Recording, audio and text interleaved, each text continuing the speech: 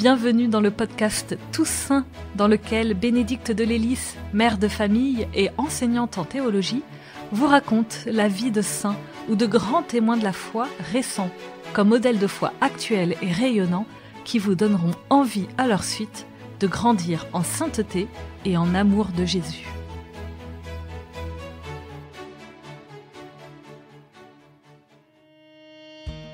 Dans cet épisode, je vais vous raconter la vie de Claire de Castelbajac.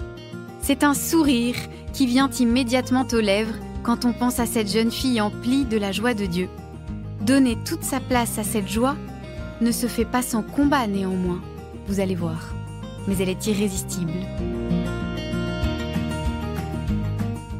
Un gros éclat de rire qui roule et tourne-boule jusqu'au rez-de-chaussée de la vieille maison de Lorette dans le sud-ouest de la France, c'est Claire de Castelbajac. Des baisers qui claquent, des exclamations de bonheur, un ouragan de tendresse, c'est elle. Ah, Claire n'est pas triste, ça non. Depuis l'aube de sa vie, elle est gaieté. Elle sait à peine marcher, qu'emportée par la gratitude d'exister, elle court embrasser tout ce qui se présente à son regard d'enfant ébloui. La gazelle, qui broute au fond du jardin de Rabat, où elle est née, les fleurs, la balançoire, les poupées, et surtout ses parents 1000 fois chéris. Claire est issue d'un second mariage. Son père Louis, après la mort de sa première femme, a épousé Solange. Claire, née le 26 octobre 1953, est l'unique enfant de cette seconde union. Mais elle a des demi-frères et sœurs, plus grands, qu'elle aime avec toute l'ardeur dont son cœur est capable. D'ailleurs, à bien y réfléchir, Claire chérit tout avec un égal enthousiasme. La maîtresse, l'école, les repas qu'elle dévore avec un formidable appétit, les animaux de la ferme voisine de Lorette, où il déménage lorsqu'elle a 6 ans. Il est si difficile de résister à sa joyeuse gentillesse qu'un jour, elle revient de l'école avec une croix de récompense qu'on lui a épinglée sur la poitrine, uniquement pour ne pas la décevoir. La santé de la petite fille est assez fragile.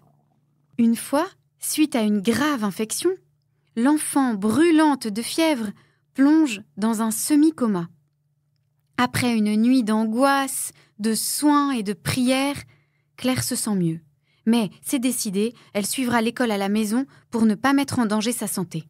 C'est vraiment la belle vie. Les galopades dans les champs avec le voisin Simon, les leçons de piano dont elle raffole, les énormes tartines de chocolat pour le goûter. Au milieu de tout cela, il y a Jésus, personne de la famille à part entière, dans la maison des Castelbajac. « Ma bien chère maman chérie, » écrit-elle à l'âge de 9 ans, « je vous remercie d'avoir permis à votre petite fille Claire de jouer dans la neige. Prix 10 baisers. De me donner à manger et des habits, 20 baisers. De me faire 1000 tendresses le matin en m'éveillant et le soir en me couchant, 50 baisers. De m'avoir fait chrétien et enfant de Dieu par le baptême, très précieux, 1000 baisers. » En observant cette petite fille vive et rieuse, les vieilles tantes de Claire s'extasient de leur voix chevrotante. C'est merveilleux comme Claire possède la joie de Dieu. Claire entend. Plus tard, en y repensant, elle comprendra. À cette époque de sa vie, ce n'était pas encore la joie de Dieu qui habitait son cœur, mais tout simplement la joie de vivre. Et c'est déjà beaucoup. Il lui fallait encore découvrir une joie qui résiste aux difficultés et aux peines de la vie. Une joie qui ne s'éteint ni avec la solitude, ni avec les échecs et les déceptions. Alors là, ce serait véritablement la joie de Dieu. C'est l'adolescence et surtout la jeunesse qui vont être pour Claire l'école de cette joie. Au collège, puis au lycée, Claire est à Toulouse, en pension chez des religieuses, puis dans une famille. Là, il faut apprivoiser l'éloignement des parents, la perte de son indépendance, les notes plus ou moins bonnes, les amitiés plus ou moins faciles. Très casse-cou, Claire se blesse le dos et révise le bac à l'hôpital.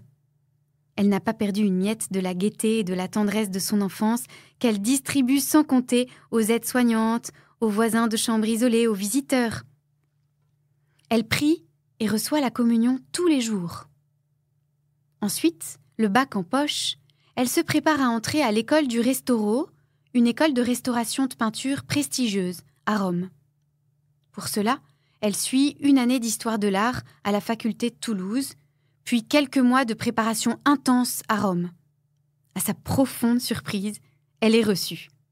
La grande aventure commence.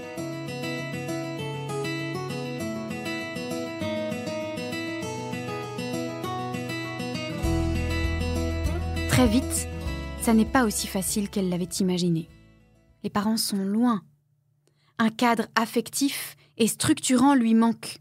Elle s'éparpille, noue des amitiés un peu à tort et à travers, ne travaille plus, fait la fête, quitte Rome à minuit avec des copines pour admirer le lever du soleil au bord de la mer.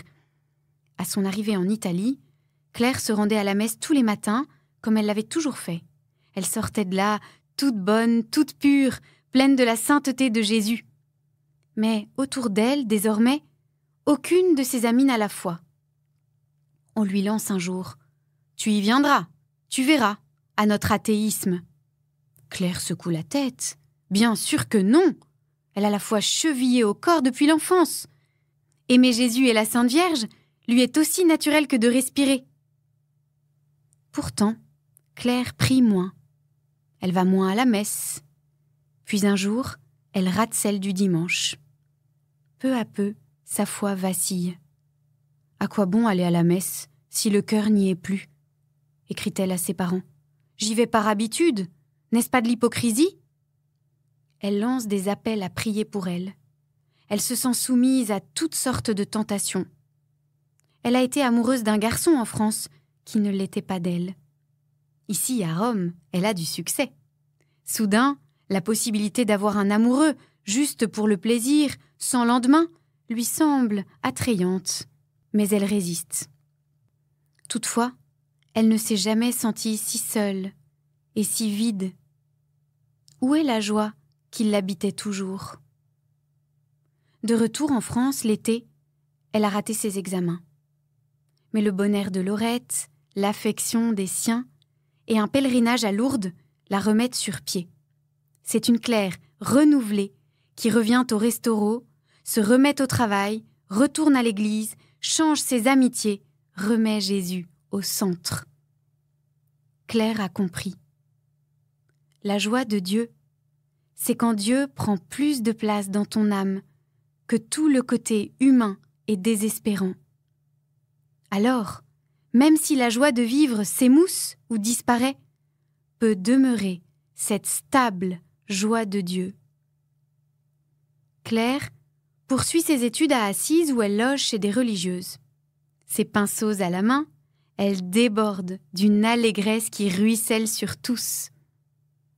Quand elle rentre, à Noël, elle lance à sa maman « Si je mourais maintenant, je crois que j'irais au ciel tout droit. Car le ciel, c'est la louange de Dieu, et j'y suis déjà. » Quelques jours plus tard, elle meurt d'une leucémie foudroyante le 22 janvier 1975, à l'âge de 22 ans. Étonnant destin de Claire, si simple.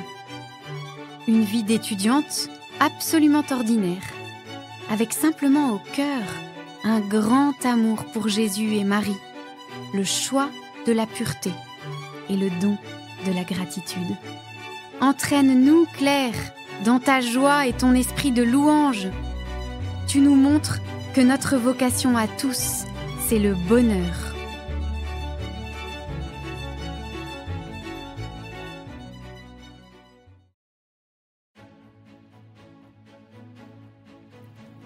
Merci pour votre écoute. Si ce podcast vous a plu, n'hésitez pas à le partager autour de vous et à laisser un commentaire sur les plateformes d'écoute et les réseaux sociaux, les podcasts d'EFC. Pour faire bénéficier de ce podcast un maximum de personnes, n'hésitez pas à écouter les autres épisodes de ce podcast si ce n'est déjà fait et découvrez tous les autres podcasts de Famille Chrétienne. Un beau jour, Sexo, Sacrée Histoire, les grandes dates de l'Église, D'une seule voix, Maman prie et d'autres encore. Bonne écoute.